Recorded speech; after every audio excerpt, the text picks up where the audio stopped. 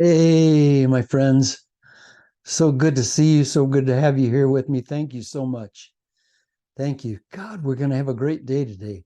We're going to talk for the next half hour about something that's going to change your life if you can stick with me. We're going to talk about living free. Living free. We'll see what that means in just a minute. First, let's stop.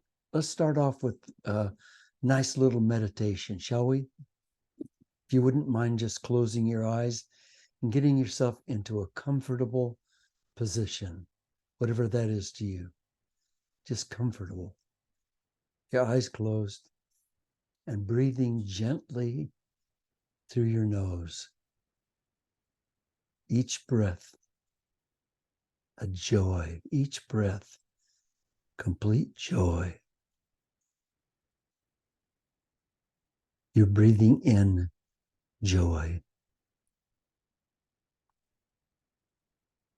You're actually breathing in grace, which is the energy, the intelligent energy of the universe.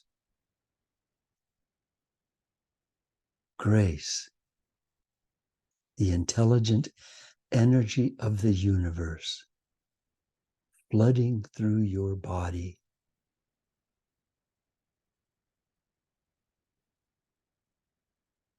filling you with joy and with health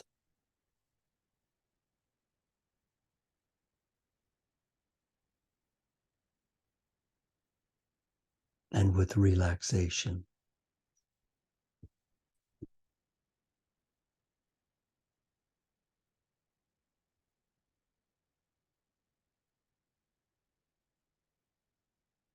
Let peace be upon you.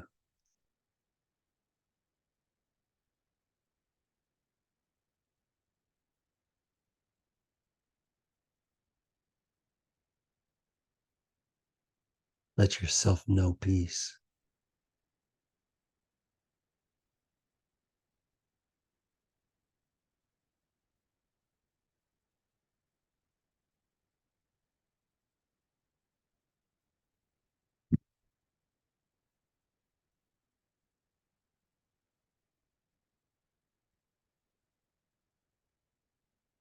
And as you sink deeper and deeper into that sea of grace, let yourself be healed.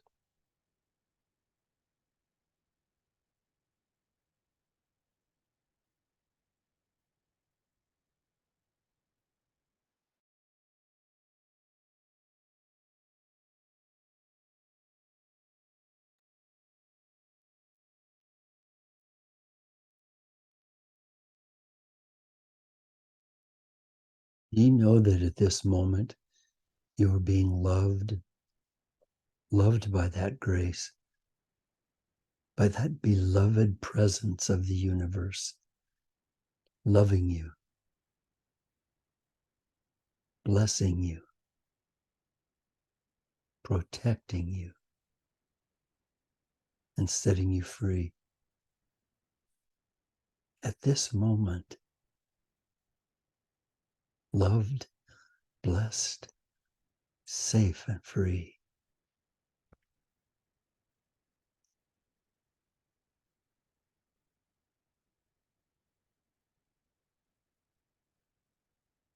I'll be quiet for a moment.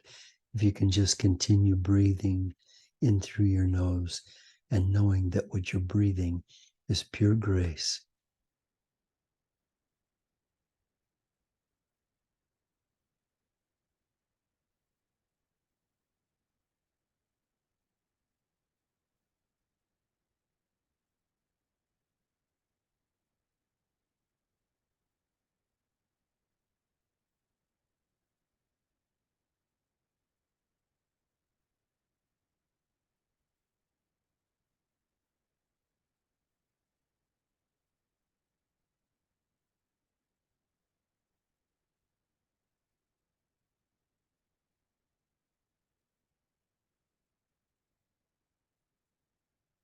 So when you come back to us, bring this wonderful self with you.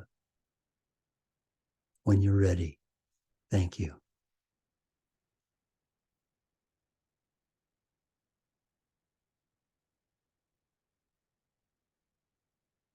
So today, this is going to be such fun. Today, we're going to talk about something that I love, love, love, love. You were born to be free.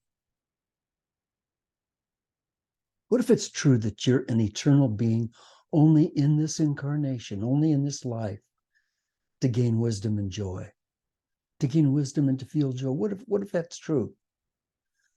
What if you don't have any other purpose to be here than just to gain wisdom and to feel joy?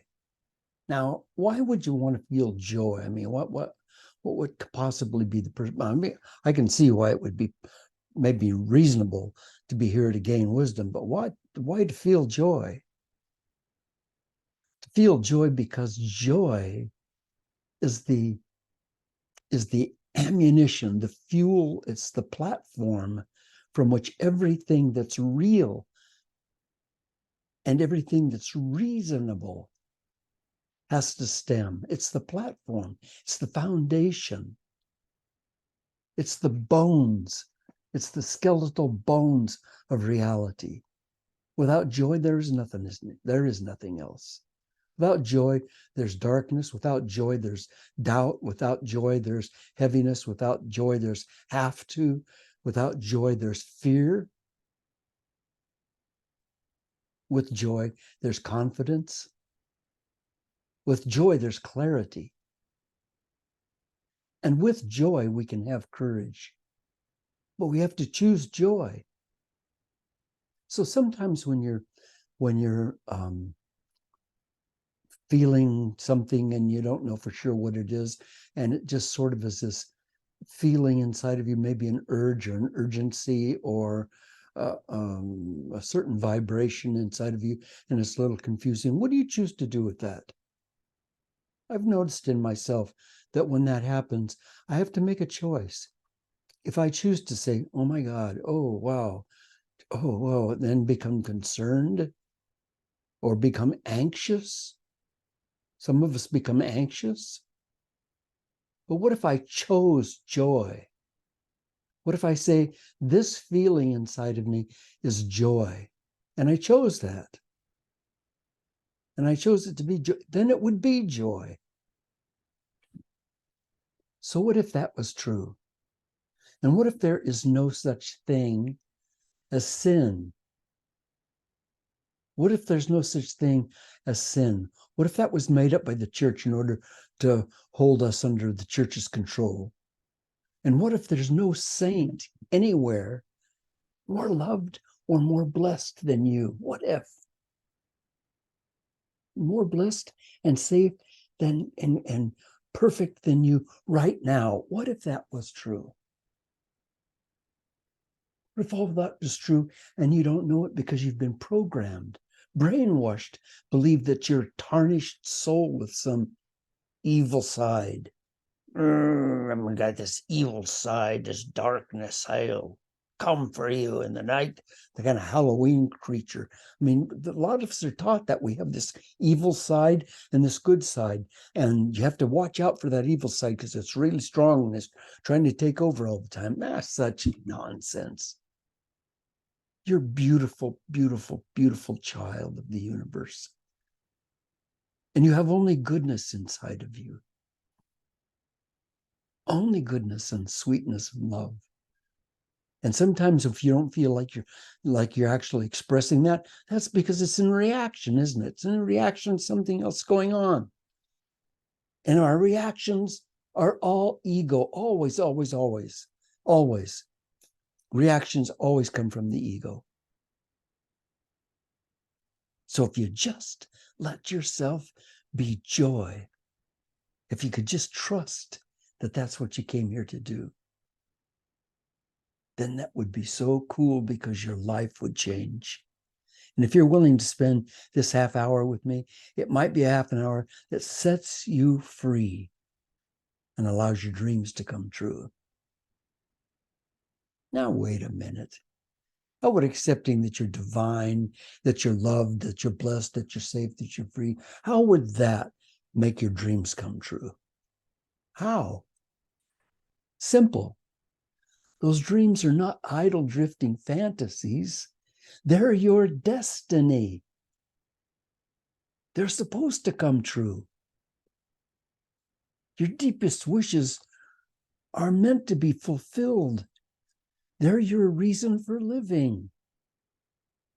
Because, you see, if you follow your dreams, you're being pulled along a certain path. And that path is going to have obstacles and bumps and falls and failures and getting back up and getting hurt and getting your heart broken. All that's going to go on as you follow your dream. But those things that happen along that way are very important to your fulfillment. They are the steps. Every single time you have an experience in your life, whether it's a good experience or a bad experience, every experience in your life comes filled with information. I don't like the word lessons. I don't like yucky on lessons, but it's information to fulfill you. So if instead of resisting experiences and resisting hard times, if we accept them, if we let them flow into us, then we are filled with a new knowledge, a new wisdom, and we expand. And when we expand our ability to be in joy. So when you're following your dreams, your deepest wishes, which are meant to be fulfilled, which are your reason for living, are coming true. And some people wonder, well, geez, if that's all true, how come my dreams haven't been coming true? Well, maybe something's blocking us. Could it be that we were either raised in a religion, or if not, that your subconscious mind has been tainted by the religious mores of our society? And the truth is that no one, religious or not, is immune to the disease of self-doubt, the disease of guilt. Self-doubt comes from unworthiness. If you grow up feeling like you're not really worthy of having what you want, if your parents have been telling you, well, we always can't have what we want. Oh, no, that's not true. That's not true at all. When you're a little kid, you have these fantasies that you call wants, and they're fantasies, and that's true. You can't always have your fantasies, but your wants, your true desires, they're sacred, and you not only can have them, you need to have them. You should have them. But self-doubt comes from unworthiness, and unworthiness comes from those twin little demons of guilt and shame. Guilt and shame, guilt and shame, guilt and shame. Guilt's a disease. It's a worldwide pandemic. We've all been carrying this infection for so long. We think it's normal. We think that's the way we're supposed to live our lives. We see others doubting themselves. We see them sabotage their dreams, and we think it's normal. We don't see that as some kind of crippledness, but it is crippledness. It's a crippledness that's pandemic throughout our world. There's always a hesitancy when we start to move forward, always a hesitancy, always a pulling back. Because if I go forward, if I follow this dream, if I start going in that direction, then anything could happen. I might fail. I might really crush myself, and I might lose some money, or I might waste my time, or here's the toughie. I might look silly in front of people. Oh, I might look like a real fool. Why did you do that? That was so stupid. No, it was a step. It was one of those adventures and experiences from which I gain more wisdom, from which I develop more of myself. I can't follow your path. Everybody wants us to follow their path. People write these books about follow my path. Here's my path. You can't follow their path. You have to follow your path. You have to be led by your desires, led by your joy, led by your vision, and have the courage to move through that.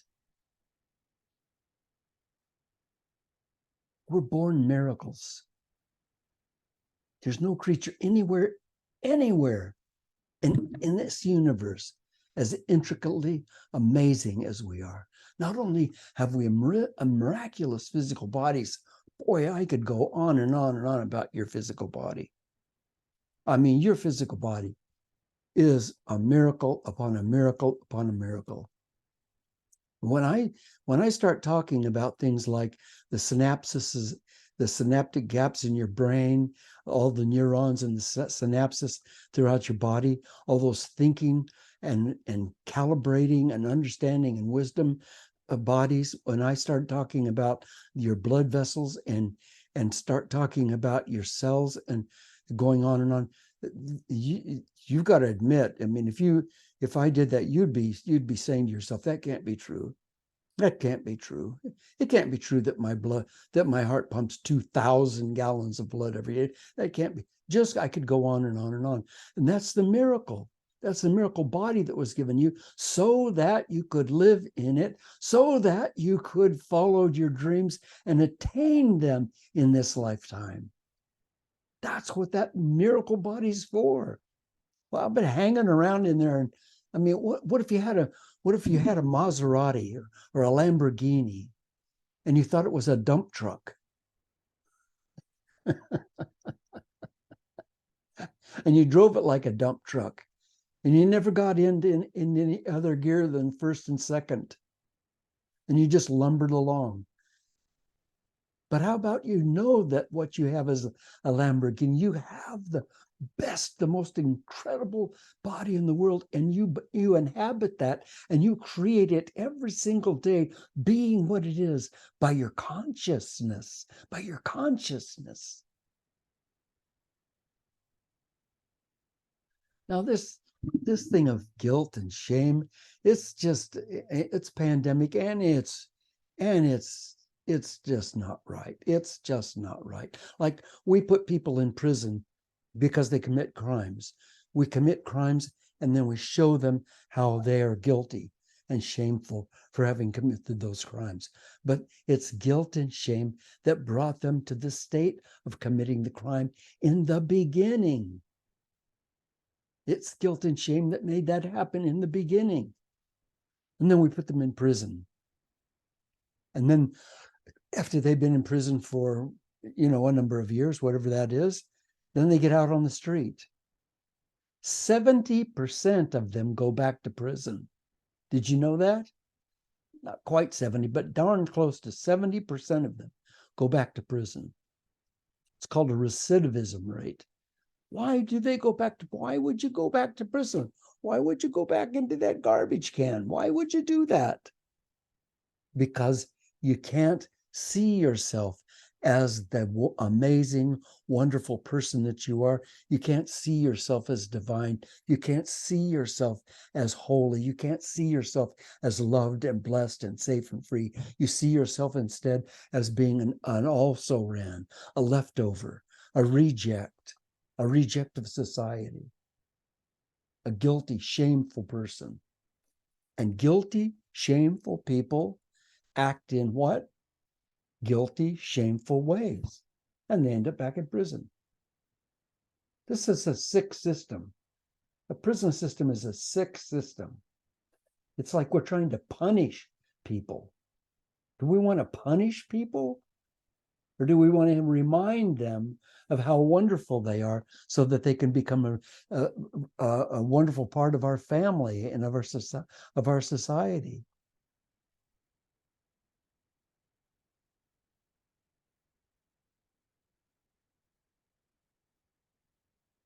If those people believed themselves to be good and worthy, could they possibly ever be criminals again? If when they were locked up, they were taught that they were divine beings, could they ever go back? If they saw their life dreams as avenues of joy and fulfillment? Now then, here's the question. Are we prisoners? Are we locked up?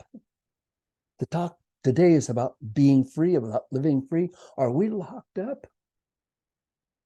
What in our consciousness is telling us that we're not free? Free to imagine, free to be, free to go wherever I want to go, to become what I want to become. We are creators, aren't we? We can imagine a thing that doesn't exist, that never existed, like this talk. And then we can bring it into existence. That's pretty amazing. No other creature can do that. Is there a limit to what we can bring into existence? Is there a limit to what we can do? Yes, there is. But it's not a universal limit. It's not a limit out there somewhere. It's the limit inside of me that I allowed to be there, and I can allow it to go away. Alice Walker, I don't know if you know that name. She's an author. Her novel, The Color Purple, won the National Book Award, the Pulitzer Prize for Fiction, Broadway play, outstanding, and an outstanding motion picture. Alice tells us about imagination. I have fallen in love with imagination. And if you fall in love with imagination, you'll understand that it's a free spirit. It'll go anywhere and it can do anything. That sound exciting? You can go anywhere, you can do anything if you'll just trust your imagination and your dreams to lead you. The only limit imposed on us is by our own minds that telling us that taking the risk of reaching beyond our comfort zones is dangerous. It's dangerous because failure is the most likely result of risk. People think, boy, if I take a risk, it's most likely that I'm going to fail. And that if I fail, that fail will devastate me. But failure is not fatal. Failure is just, when you were a little baby padding around in your house with your little diapers on, you fell down 100 times a day. You could call those failures. But what you learn to do is walk. And then what you learn to do is run. And what you learn to do is dance. You've got to be willing to fail and not think of it as something, a mark against you. You've got to be willing to do that if you're going to go anywhere in life. Risk is the only thing that gives our life meaning. We've got to be able to move outside of our comfort zone. Otherwise, we're just stagnant. We're just marshmallows sitting on the couch somewhere going, dum, da, dum, da, dum, da, dum. You got to get going, got to chase your dream. Everything we do all day long is risky. Getting out of bed, taking a shower, answering the phone, they're all risks. Having a meal, those are all risks. But those risks have become comfortable, and we don't even see them as risks. Now, what if we did see them as risks and owned up to the fact that life itself, lived well, is nothing but a continual series of risks? And what if we not only got comfortable with risk, but actually enjoyed risking, looked forward to it? Then the dream you've had, that dream that seems so far from you, would suddenly become a possibility. And if you could get your act together and stop doubting yourself, that dream would actually become a probability. Simone Biles is the most decorated gymnast in history. I love this lady. She's one of my heroes. And she's widely considered to be the greatest gymnast of all time. Her 7 Olympic gymnast medals are the 9th most of all time, and tied with Shannon Miller for the most in a U.S. gymnast.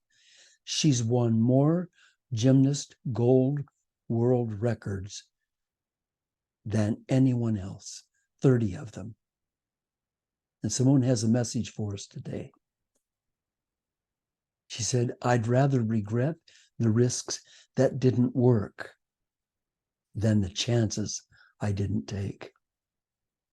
I'd rather regret the risks that didn't work out for me than the chances I didn't take at all. She got where she is by being a risk taker. Now, you and I couldn't compete with her. She's amazing, but she can't do things you can do. There's just a whole host of things you can do that she can't do because you're not her and she's not you. And you need to be willing to do exactly what she does. Take those risks and reach beyond the borders of your comfort and be able to face your self-doubts and say, you're not stopping me. I'm going to the next level. And you need to be willing to do that. Otherwise, what are we doing here?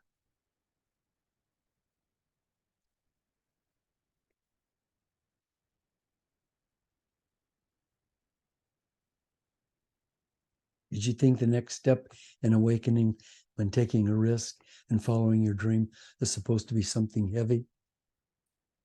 I mean, I thought that for a long time.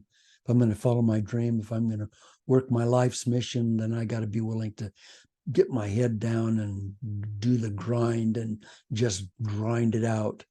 That's not so. It's just not true. The fuel we use to move forward, to create miracles, to accomplish everything worthwhile, the fuel that we use for that, as I said before, is joy. We can't move forward in our lives unless we're in joy. We can't. If we don't have joy, we just go around in circles, around inside of our comfort zone, banging off the walls, but never going through the walls. With joy, we penetrate those walls of our comfort zone and we go beyond them. In other words, this journey called life that we're on is simply the unfolding of our happy selves. That's what we're doing here. If you're not unfolding your happy self, then you're not doing your mission. So don't think about oh God, what do I need to do today? Oh, I've got to. No. What do I need to do to be in joy today? The rest of it unfolds by itself.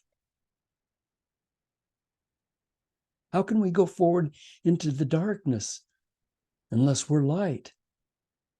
Beyond the edge of my comfort zone, it's darkness. I need to carry light into that darkness. And then it makes miracles. It opens up the magnificence of life. Your joy makes miracles happen. Without it, everything is difficult. Everything is doubtful. Fred Rogers, Mr. Rogers, I love this guy. Oh, God. Another one of my heroes. He said, play is often talked about as if it were a relief from serious learning. Play is often talked about as if it were a relief from serious learning. But for children, play is serious learning. Play is really the work of childhood. I got to tell you, Mr. Rogers was right, but it's not just about childhood. Play is the work of adults. If we're going to get anything done, we have to do it as play. So here are some things we need to gain today in order to take the next step in fulfilling our lives and in living free. Number one, check in and see if there's a hesitancy toward being happy all the time, having that as a goal. And whether we recognize that hesitancy as a result of society's teachings that we don't deserve healing, we don't deserve joy, we don't deserve wealth. Let's just check and see if that happens to be true for us. Number two, acknowledge that your aspirations, your dreams, are not some useless fantasies. They're very real goals that you were meant to achieve. And the path to those goals is the correct path for your life. Number three, risking is not dangerous, but not taking risks when they're appropriate, well, that's dangerous. That's surely dangerous because it makes our lives useless. And number four, that joy is the energy of success. and that your joy is not only what you'll feel when you achieve your dreams, more importantly, it's the very fuel, the energy that'll make your dreams possible, that'll make your dreams come true. And lastly, let me say that you were born to live free. You were born to live free of guilt, free of shame, free of self-doubt. How can I help you? Well, I hope that I've helped you a little bit with this talk. But the thing is, in order to be free from shame and free from self-doubt, we have to be able to know we were here for a purpose, that we came beautifully blessed children, and we need to be children our whole lives, playing and being in joy. And none of us are going to be able to do that alone. That's why there's 8 billion of us on the planet. We need to find other joyful people and make each other laugh. Bring joy to each other's hearts. Thank you. Thanks for being with me today. I've enjoyed being with you. If this has been meaningful for you, would you do me a favor? Would you go to my website, bobtrask.com, and would you go up in the right-hand corner and punch the donate button and leave us a few coins so that we can continue to expand this weekly reset? Thanks. I appreciate that. Now, for those of you who want to stick around for a while, we're going to have some fun. We're going to have conversation. We're going to talk a little bit about today's subject, being free, being in joy, and accomplishing our dreams. But if you have to go, hey, I understand. And have a great week, and I'll see you next week.